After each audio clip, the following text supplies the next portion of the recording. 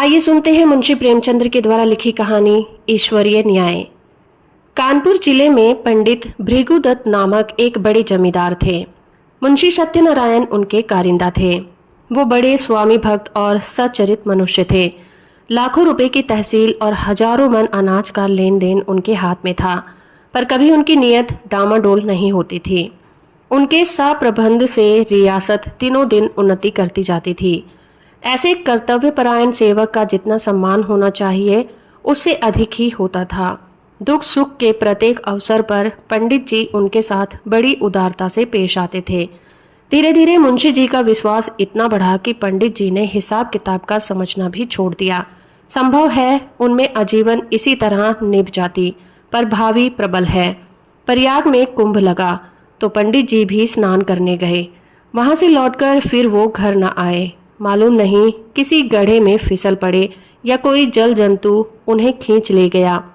उनका फिर कुछ पता ही नहीं चला। पर मुंशी सत्यनारायण के अधिकार और भी बढ़ गए। एक हतभागिनी विधवा और 2 छोटे छोटे बच्चों के सिवा पंडित जी के घर में और कोई नहीं था। अंत्येष्टि क्रिया से निवृत्त होकर एक दिन शोकतुर पंडिताइन ने उन्हें बुलाया और रोकर कहा, लाला पंडित जी हमें मझधार में छोड़कर सुरपुर को सिधार गए हैं। अब ये नैया तुम ही पार लगाओगे तो लग सकती है। यह सब खेती तुम्हारी लगाई हुई है, इसे तुम्हारे ऊपर ही छोड़ती हूँ। ये तुम्हारे बच्चे हैं, इन्हें अपनाओ।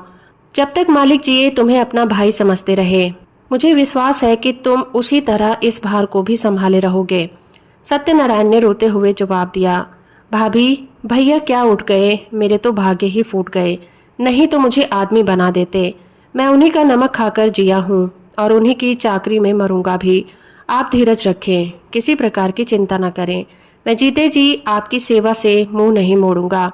आप केवल इतना कीजिए कि मैं जिस किसी की शिकायत करूं उसे डांट दीजिएगा, नहीं तो ये लोग सिर चढ़ जाएंगे। इस घटना के कई वर्ष बाद मुंशी जी ने रियासत को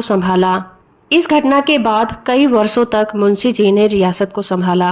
वो अपने काम में बड़े कुशल थे। कभी एक कौड़ी का भी बल नहीं पड़ा। सारे जिले में उनका सम्मान होने लगा। लोग पंडित जी को भूल सा गए। दरबारों और कमेटियों में वे सम्मिलित होते। जिले के अधिकारी उन्हीं को जमींदार समझते। अन्य रईसों ने उनका आदर था, पर मान वृद्धि की महंगी वस्तु है और भानु कुंवरी अन्य स्त्रियों के सदृश से पैसों को खूब पकड़ती है। वो मनुष्य की मनोवृत्तियों से परिचित न थी। पंडित जी हमेशा लाला जी को इनाम इकराम देते रहते थे। वे जानते थे कि ज्ञान के बाद ईमान का दूसरा स्तंभ अपनी सुदशा है। इसके सिवा वे खुद भी कभी कागजों की जांच कर लिया करते थे। नाम मात्र ही को सही, पर इस निगरानी का डर जरूर बना रहता था, क्योंकि ईमान का सबसे बड़ा शत्रु अवसर है। भानु कुंवरी इन बातों को जानती नहीं थी। अतएव अवसर तथा धाना भाव जैसे प्रबल शत्रुओं के पंजे में पड़कर मुंशी जी का ईमान कैसे बेदाग बसता। कानपुर शहर से मिला हुआ ठीक गंगा के किनारे एक बहुत आजाद और उपजाऊ गांव था। पंडित जी इस गांव को लेकर नदी किनारे पक्का घाट, मंदिर, बाग, मकान आदि बनवाना चाहते थे, पर उनकी ये कामना सफल न हो सकी। संयोग से अब ये गांव बिकने लगा। उनके जमींदार एक ठाकुर साहब थे। किसी फौजदारी के मामले में फंसे हुए थे। मुकदमा लड़ने के लिए रुपए की चाहत थी। मुंशी जी ने कचहरी में ये समाचार सुना। चटपट मोल तोल हुआ। दोनों तरफ गरज थी। सौदा पटने में देर न लगी। बैनामा लिखा गया, रजिस्ट्री हुई। रुपए मौजूद न थे, पर शहर में साख थी। एक महाजन के यहाँ से 30,000 रुपये मंगवाए गए और ठाकुर साहब को नजर किए गए। हाँ, कामकाज की आसानी के ख्याल से यह सब लिखा पढ़ी मुंशी जी ने अपने ही नाम की, क्योंकि मालिक के लड़के अभी नाबालिग थे। उनके नाम से लेने में बहुत झंझट होती और विलंब होने से शिकार हाथ से निकल जाता। मुंशी जी बैनामा लिए असीम आनंद में मगन भानु कुंवरी के पास आए। पर्दा कराया और यह सब शुभ समाचार सुनाया। भानु कुंवरी ने सजल नेत्रों से उसको धन्यवाद दिया। पंडित जी के नाम पर मंदिर और घाट बनवाने का इरादा पक्का हो गया। मुंशी जी दूसरे ही दिन उस गांव में आए। आसामी नजराने लेकर नए स्वामी के स्वागत को हाजिर हो गए। शहर में रईसों की दावत हुई। लोगों के नावों पर बैठकर गंगा की खूब सैर की। मंदिर आदि बनवाने के लिए आबादी से हटकर रमणीक स्थान चुना गया। यद्यपि इस गांव में अपने नाम लेते समय मुंशी जी के मन में कपट का भाव नहीं था, तथापि 2-4 दिन में ही उनका अंकुर जम गया और धीरे धीरे बढ़ने भी लगा। मुंशी जी इस गांव के आय व्यय का हिसाब अलग रखते और अपने स्वामिनों को उनका ब्यौरा समझाने की जरूरत न समझते। भानुकुमरी इन बातों में दखल देना उचित नहीं समझती थी, पर दूसरे कारिंदों से बातें सुन सुनकर उसे शंका होती थी कि कहीं मुंशी जी दगा तो नहीं देंगे। अपने मन का भाव मुंशी से छुपाती थी, पर ख्याल से कि कहीं कारिंदों ने उन्हें हानि पहुंचाने के लिए यह षड्यंत्र न रचा हो। इस तरह कई साल गुजर गए, पर उस कपट के अंकुर ने वृक्ष का रूप धारण कर लिया था। भानुकुंवरी को मुंशी जी के उस मार्ग के लक्षण दिखाई देने लगे थे। उधर मुंशी जी के मन में कानून से नीति पर विजय पाई। उन्होंने अपने मन में फैसला किया कि गांव मेरा है। हाँ, मैं भानुकुंवरी का 30,000 का ऋणी अवश्य हूँ। मैं बहुत करेगी तो अपने रुपए ले लेगी, और क्या कर सकती है। मगर दोनों तरफ ये आग अंदर ही अंदर सुलगती रही। मुंशी जी अस्त्र सज्जित होकर आक्रमण के इंतजार में थे और भानुकुंवरी इसके लिए अवसर ढूंढ रही थी। एक दिन उसने साहस करके मुंशी जी को अंदर बुलाया और कहा, लाला जी, बरगदा के मंदिर का काम कब से लगवाइएगा? उसे लिए 8 साल हो गए हैं। अब काम लग जाए तो अच्छा होगा। जिंदगी का कौन ठिकाना है, जो काम करना है उसे कर ही डालना चाहिए। इस ढंग से इस विषय को उठाकर भानुकुंवरी ने अपनी चतुराई का अच्छा परिचय दिया था। मुंशी जी भी दिल में उसके कायल हो गए। जरा सोचकर बोले, इरादा तो मेरा कई बार हुआ, पर मौके की जमीन नहीं मिलती। गंगा तट की जमीन आसामियों के जोत में है और वे किसी तरह छोड़ने को राजी नहीं है। भानुकुंवरी, यह बात तो आज मुझे मालूम हुई। 8 साल हुए इस गांव के विषय में आपने कभी भूल कर भी कोई चर्चा नहीं की। मालूम नहीं कितनी तहसील है, क्या मुनाफा है, कैसा गांव है, कुछ सीर होती है या फिर नहीं। जो कुछ करते हैं आप ही करते हैं और करेंगे, पर मुझे भी तो मालूम होना चाहिए। मुंशी जी संभल उठे। उन्हें मालूम हो गया कि इस चतुर स्त्री से बाजी ले जाना मुश्किल है। गांव लेना ही है तो अब डर क्या। खुलकर बोले, आपको इससे कोई सरोकार ना था, इसलिए मैंने व्यर्थ कष्ट देना मुनासिब नहीं समझा। भानुकुंवरी के हृदय में कुठार सा लगा। पर्दे से निकल आई और मुंशी जी की तरफ तेज आंखों से देखकर बोली, आप क्या कहते हैं? आपने गांव मेरे लिए लिया था या अपने लिए? रुपए मैंने दिए थे या आपने? उस पर जो खर्च पड़ा वह मेरा था या आपका? मेरी समझ में नहीं आता कि आप कैसी बातें करते हैं। मुंशी जी ने सावधानी से जवाब दिया, यह तो आप जानती हैं कि गांव हमारे नाम से बसा हुआ है। रुपया जरूर आपका लगा है, पर मैं उसका देनदार हूँ। रहा तहसील वसूल का खर्च, यह सब मैंने अपने पास से दे दिया है। उसका हिसाब किताब आय व्यय सब रखता हूँ। भानुकुंवरी ने क्रोध से कांपते हुए कहा, इस कपट का फल आपको अवश्य मिलेगा। आप इस निर्दयता से मेरे बच्चों का गला नहीं काट सकते। मुझे नहीं मालूम था कि आपने हृदय में छुरी छुपा रखी है, नहीं तो ये नौबत ही क्यों आती। खैर, आपसे मेरी रोकड़ और बही खाता आप कुछ न छुएं। मेरा जो कुछ होगा ले लूंगी। जाइए, एकांत में बैठकर सोचिए। पाप से किसी का भला नहीं होता। तुम समझते होगे कि बालक अनाथ है, इनकी संपत्ति हजम कर लूंगा। इस भूल में न रहिएगा। मैं तुम्हारे घर की ईंट भी बिकवा दूंगी। ये कहकर भानुकुंवरी फिर पर्दे की आड़ में आकर बैठकर रोने लगी। स्त्रियां क्रोध के बाद किसी न किसी बहाने से रोया करती हैं। लाला साहब को कोई जवाब न सूझा। यहाँ से उठाए और दफ्तर जाकर कागज उलट पुलट करने लगे, पर भानुकुंवरी भी उनके पीछे पीछे दफ्तर में पहुंची और डांट कर बोली, मेरा कोई भी कागज मत छूना, नहीं तो बुरा होगा। तुम विषैले सांप हो, मैं तुम्हारा मुंह नहीं देखना चाहती। मुंशी जी कागजों में कुछ काट छाट करना चाहते थे, पर विवश हो गए। खजाने की कुंजी निकालकर फेंक दी, बही खाते पटक दिए, किवाड़ धड़ाके से बंद किए और हवा की तरह सन्न से निकल गए। कपट में हाथ तो डाला, पर कपट मंत्र न जाना। दूसरे कारिंदों से यह कैफियत सुनी तो फूले न समाये। मुंशी जी के सामने उनकी दाल न गलने पाती। भानुकुंवरी के पास आकर वे आग पर तेल छिड़कने लगे। सब लोग इस विषय में सहमत थे कि मुंशी सत्यनारायण ने विश्वासघात किया है। मालिक का नमक उनकी हड्डियों से फूट फूट कर निकलेगा।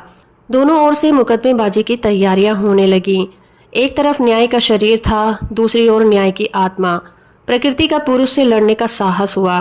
भानुकुंवरी ने लाला छक्कन लाल से पूछा, हमारा वकील कौन है? छक्कन लाल ने इधर उधर ताक कर कहा, वकील तो सेठ जी हैं, पर सत्यनारायण ने उन्हें पहले गांठ रखा होगा। इस मुकदमे के लिए बड़े होशियार वकील की जरूरत है। मेहरा बाबू की आजकल खूब चल रही है। हाकिम की कलम पकड़ लेते हैं, बोलते हैं तो जैसे मोटर कार छूट जाती है सरकार। और क्या कहें, कई आदमियों को फांसी से उतार लिया है। उनके सामने कई वकील जबान तो खोल नहीं सकता, सरकार कहे तो वही कर लिया जाए। छक्कन लाल की अतियुक्ति से संदेह पैदा कर लिया। भानुकुंवरी ने कहा, नहीं, पहले सेठ जी से पूछ लिया जाए, उसके बाद देखा जाएगा। आप जाइए, उन्हें बुलाकर लाइए। छक्कन लाल अपनी तकदीर को ठोकते हुए सेठ जी के पास गए। सेठ जी पंडित भृगुदल के जीवन काल से ही उनका कानून संबंधी सब काम किया करते थे। मुकदमे का हाल सुना तो सन्नाटे में आ गए। सत्यनारायण को यह बड़ा नेक नियत आदमी समझते थे। उसके पतन से बड़ा दुख हुआ। उसी वक्त आए। भानुकुंवरी ने रो रो कर अपनी आप बीती उन्हें सुना दी और अपने दोनों लड़कों को उनके सामने खड़ा करके बोली, आप इन अनाथों की रक्षा कीजिए। सेठ जी ने समझौते की बात छेड़ी। बोले, आपस की लड़ाई अच्छी नहीं भानुकुंवरी, अन्याय के साथ लड़ना ही अच्छा है।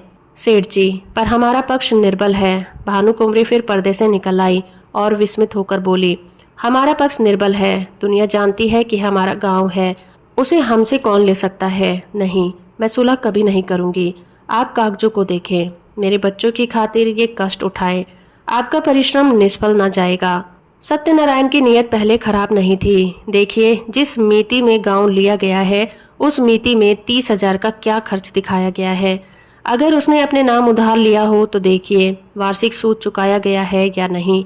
ऐसे निष्पिशाच से मैं कभी सुलह नहीं करूंगी। सेठ जी ने समझ लिया कि इस समय समझाने बुझाने से काम नहीं चलेगा। कागजात देखे गए, अभियोग चलाने की तैयारियां होने लगी। मुंशी सत्यनारायण खिसियाए हुए मकान पहुंचे। लड़के ने मिठाई मांगी, उसे पीटा। स्त्री पर इसलिए बरस पड़े कि उसने क्यों लड़के को उनके पास जाने दिया। अपनी वृद्धा माता को डांट कर कहा, तुमसे इतना भी नहीं हो सकता कि जरा लड़के को बहला दो। एक तो मैं दिन भर थका मांदा घर आऊं और फिर लड़के को खिलाऊं। मुझे दुनिया में न कोई और काम है न धंधा। इस तरह घर में बवेला मचाकर बाहर आए। सोचने लगे, मुझसे बड़ी भूल हो गई। मैं कैसा मूर्ख हूँ। और इतने दिन तक सारे कागज पत्तर अपने हाथ में थे। चाहता क्या कर सकता था, पर हाथ धरे बैठा रहा। आज सिर पर आ पड़ी तो सूझी। मैं चाहता तो बही खाते सब नए बना सकता था, जिसमें इस गांव का और रुपए का जिक्र ही ना होता। पर मेरी मूर्खता के कारण घर में आई हुई लक्ष्मी रूठी जाती है। मुझे क्या मालूम था कि वो चुड़ैल मुझसे इस तरह पेश आएगी, कागजों में हाथ तक न लगाने देगी। इसी उधेड़ बुन में मुंशी जी एकाएक उछल पड़े। एक उपाय सूझ गया, क्यों ना कार्यकर्ताओं को मिला लूं। यद्यपि मेरी शक्ति के कारण वे सब मुझसे नाराज थे और इस समय सीधे बात भी न करेंगे, तथापि उनसे ऐसा कोई भी नहीं जो प्रलोभन से मुट्ठी में ना आ जाए। हाँ, इनमें रुपए पानी की तरह बहाना पड़ेगा, पर इतना रुपया आएगा कहाँ से। हाय दुर्भाग्य, 2-4 दिन पहले चैत गया होता तो कोई कठिनाई न पड़ती। क्या जानता था कि वो डाइन इस तरह वज्र प्रहार करेगी। बस अब एक ही उपाय है, किसी तरह कागजात गुम कर दूं। बड़ी जोखिम का काम है, पर करना ही पड़ेगा। दुष्कामनाओं के सामने एक बार सिर झुकाने पर भी संभलना कठिन हो जाता है। पाप के अथाह दलदल में कहाँ जाकर पार पड़े, फिर प्रतिक्षण नीचे ही चले जाते हैं। मुंशी सत्यनारायण सा विचारशील मनुष्य इस समय इस फिक्र में था कि कैसे सेंध लगा पाऊं। मुंशी जी ने सोचा, क्या सेंध लगाना आसान है? इसके वास्ते कितनी चतुरता, कितना साहस और कितनी बुद्धि, कितनी वीरता चाहिए। कौन कहता है कि चोरी करना आसान काम है? मैं जो कहीं पकड़ा गया तो मरने के सिवा और कोई मार्ग न रहेगा। बहुत सोचने विचारने पर भी मुंशी जी को अपने ऊपर ऐसा दुस्साहस करने का विश्वास न हो सका। हाँ, इसमें सुगम एक दूसरी तकबीर नजर आती थी। क्यों न दफ्तर में आग लगा दूं। एक बोतल मिट्टी का तेल और दिया सलाई की जरूरत है। किसी बदमाश को मिला लूं, मगर यह क्या मालूम कि वही उसी कमरे में रखी है या नहीं। चुड़ैल ने उसे जरूर अपने पास रख लिया होगा। नहीं, आग लगाना गुनाह बेलज्जत होगा। बहुत देर मुंशी जी करवटें बदलते रहे, नए नए मंसूबे सोचते रहे, पर फिर अपने ही तर्कों को काट देते थे। वर्षा काल में बादलों की नई नई सूरतें बनती और फिर हवा के वेग से बिगड़ जाती थीं। वही दशा इस समय उनके मंसूबों की हो रही थी। इस पर मानसिक अशांति में भी एक विचार पूर्ण रूप से स्थिर था। किसी तरह इन कागजात को अपने हाथ में लाना चाहिए। काम कठिन है माना, पर हिम्मत ना थी तो रार क्यों मोल ली। क्या 30,000 की जायदाद दाल भात का कौर है? चाहे जिस तरह हो, चोर बने बिना काम नहीं चल सकता। आखिर जो लोग चोरियां करते हैं वे भी तो मनुष्य ही होते हैं। बस एक छलांग का काम है, अगर पार हो जाए तो राज करेंगे। गिर पड़े तो जान से हाथ धो बैठेंगे। रात के 10 बज गए थे। मुंशी सत्यनारायण कुंजियों का एक गुच्छा कमर में दबाए घर से बाहर निकले। द्वार पर थोड़ा सा पुआल रखा हुआ था। उसे देखते ही वे चौंक पड़े। मारे डर के छाती धड़कने लगी थी। जान पड़ा कि कोई छिपा बैठा है। कदम रुक गए।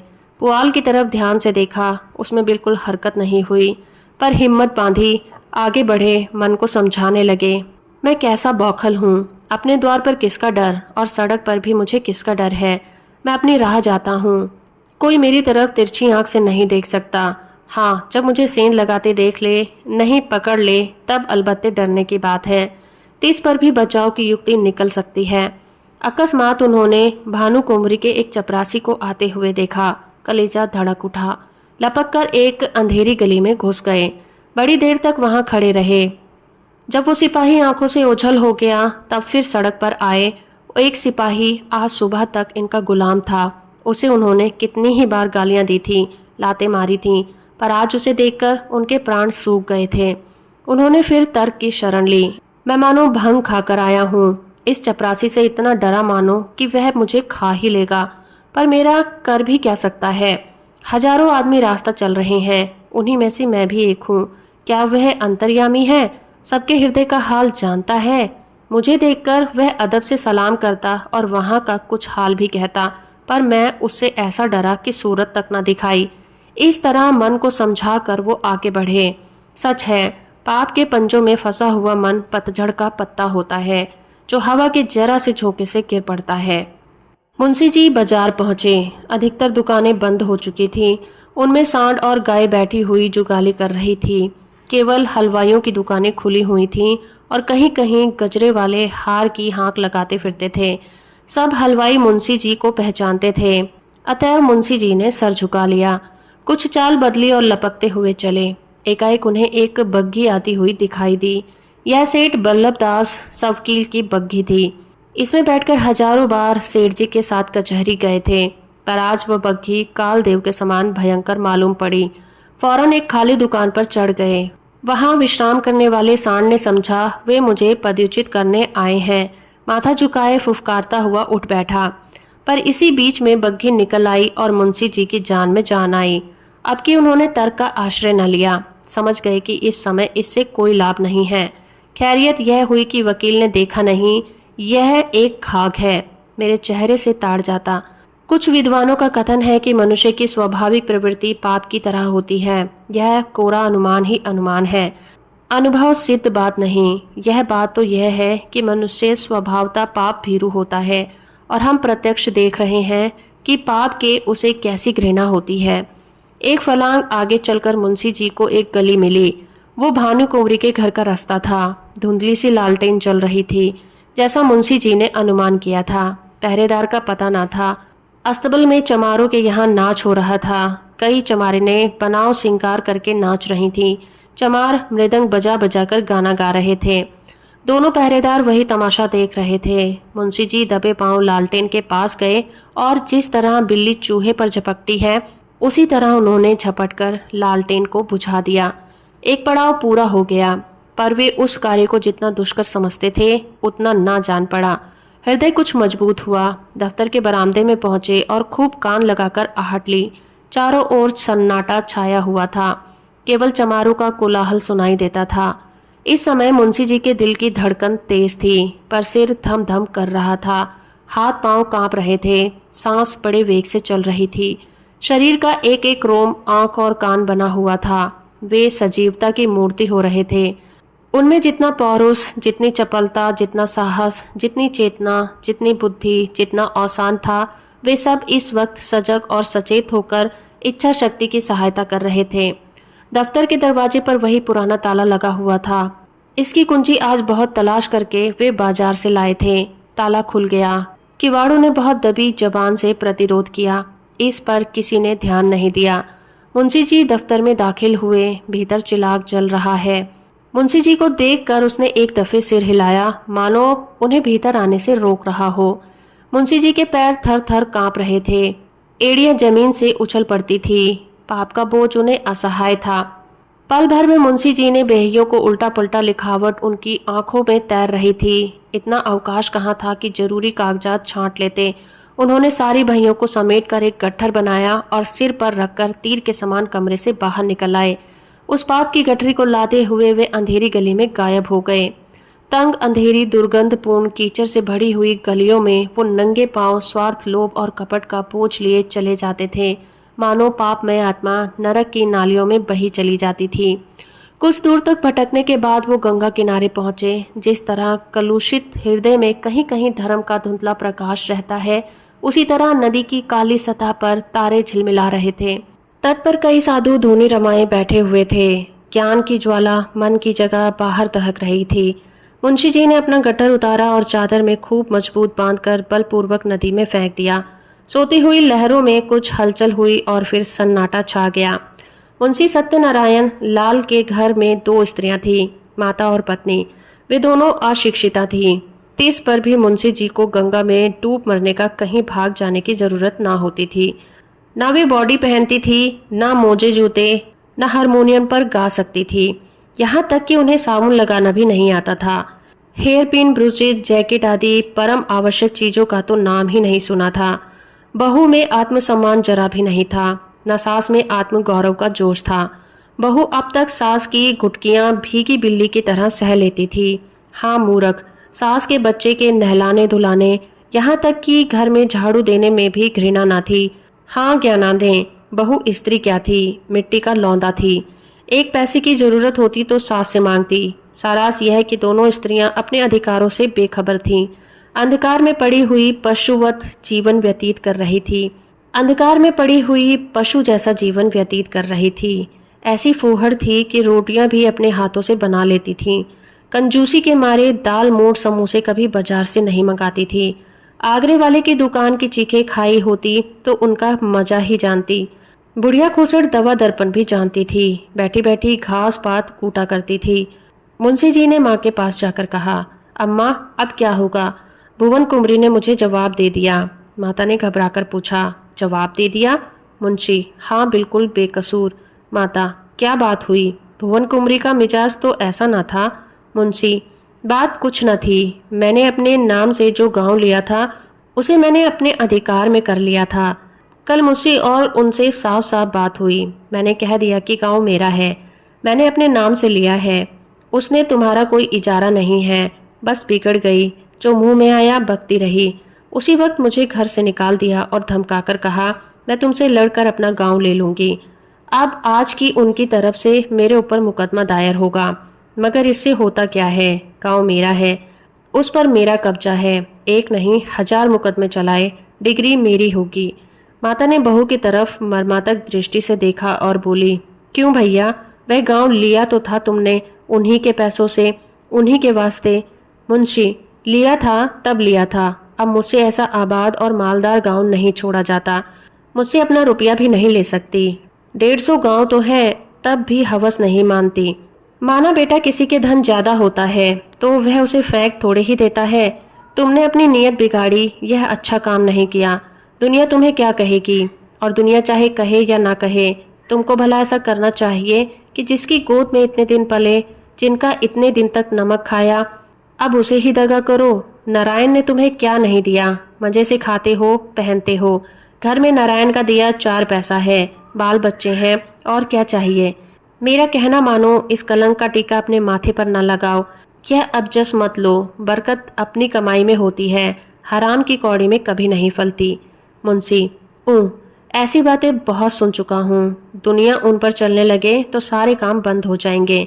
मैंने इतने दिनों तक उनकी सेवा की, मेरी भी बदौलत ऐसे ऐसे 4-5 गांव बढ़ गए होंगे। जब तक पंडित जी थे मेरी नीयत का मान था।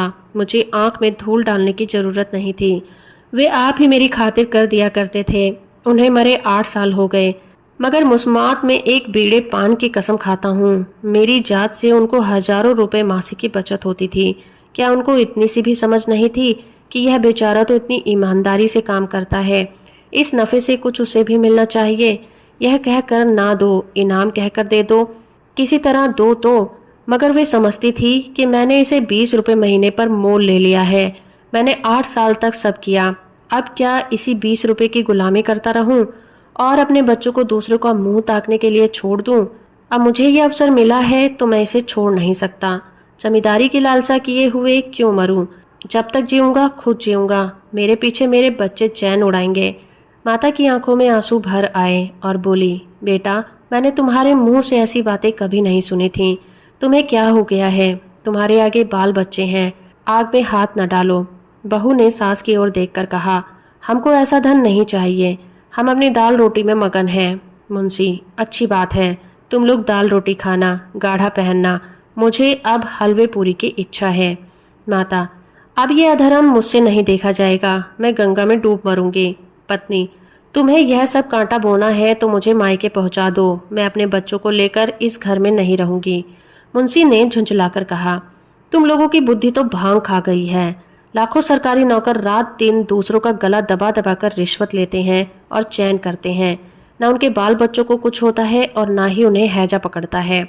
अधर्म उनको क्यों नहीं खा जाता जो मुझी को खा जाएगा? मैंने तो सत्यवादियों को सदा दुख झेलते ही देखा है। मैंने जो कुछ किया है सुख लूटूंगा, तुम्हारे मन में जो कुछ आए वो करो।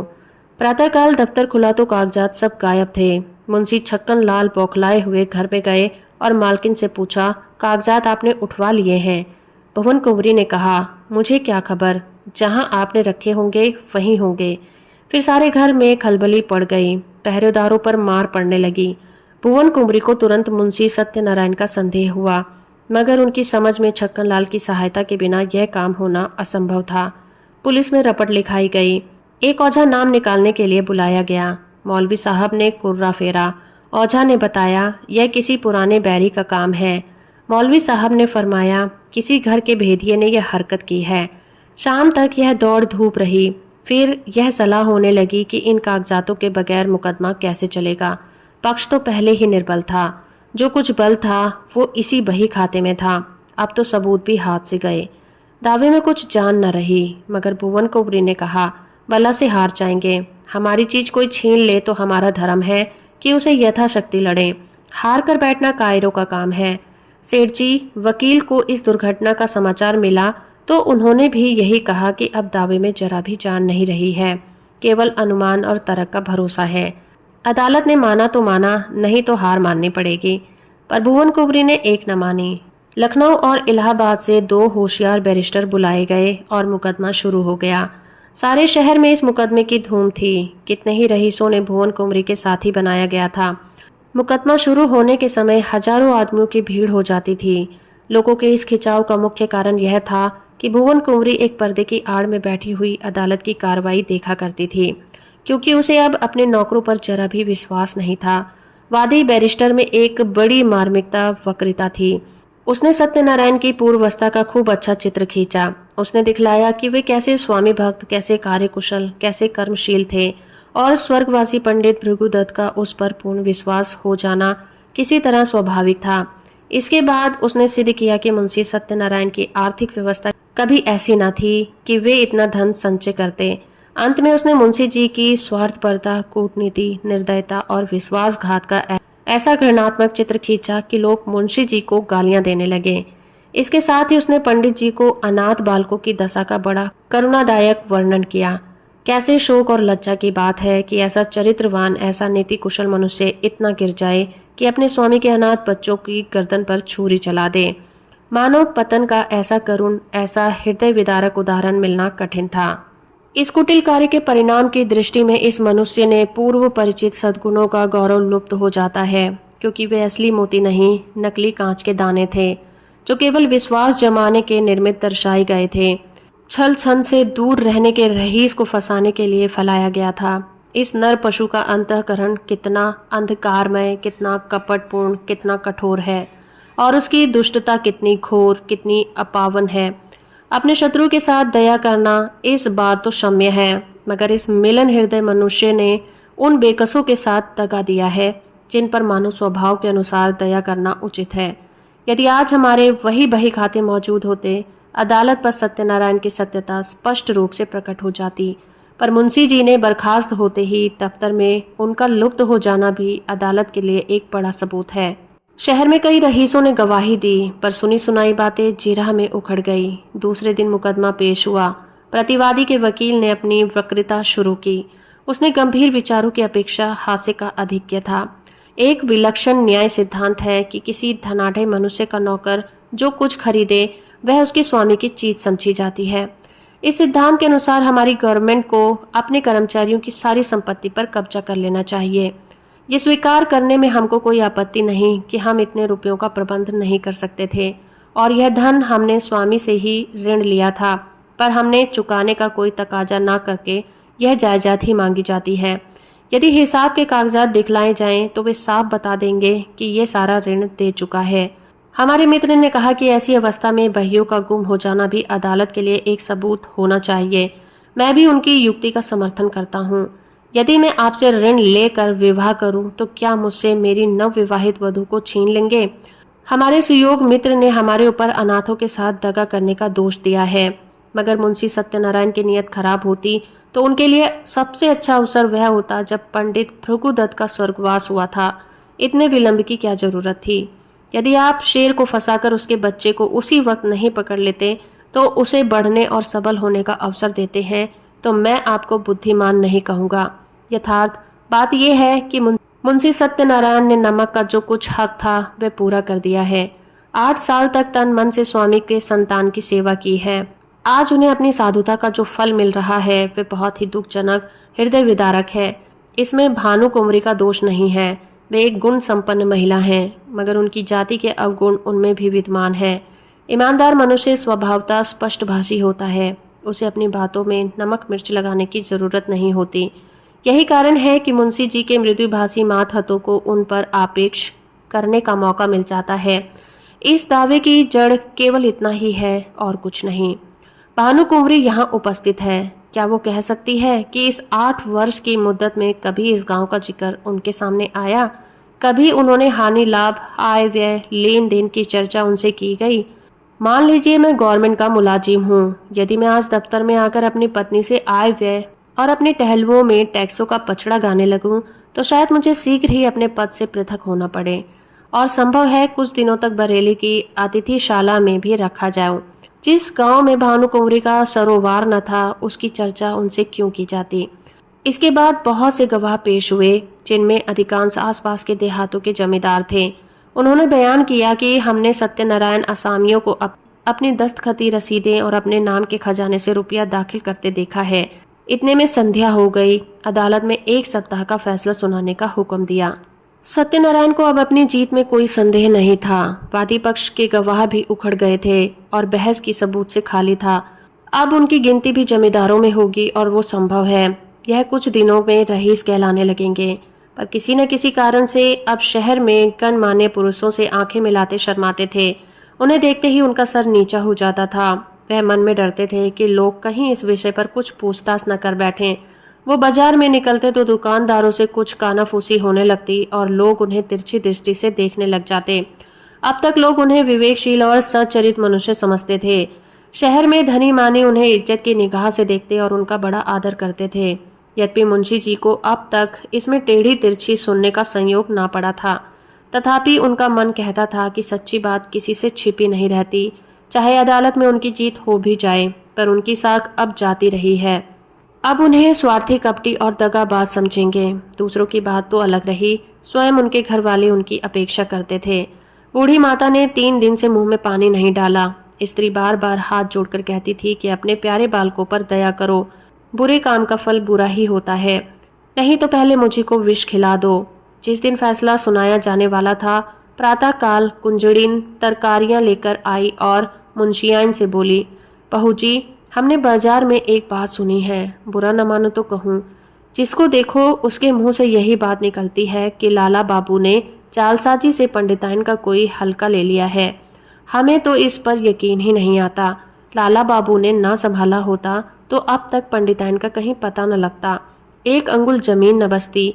इन्हीं में एक सरदार था कि आपको संभाल लिया, तो क्या अब उन्हीं के साथ बदी करेंगे? अरे बहू, कोई कुछ साथ लाया है कि लेकर जाएगा? यही नेक बदी रह जाती है। बुरे का फल बुरा होता है। आदमी ना देखे पर अल्लाह सब कुछ देखता है। बहू जी पर घड़ों पानी पड़ गया। जी चाहता था कि धरती फट जाती और उसमें समा जाती।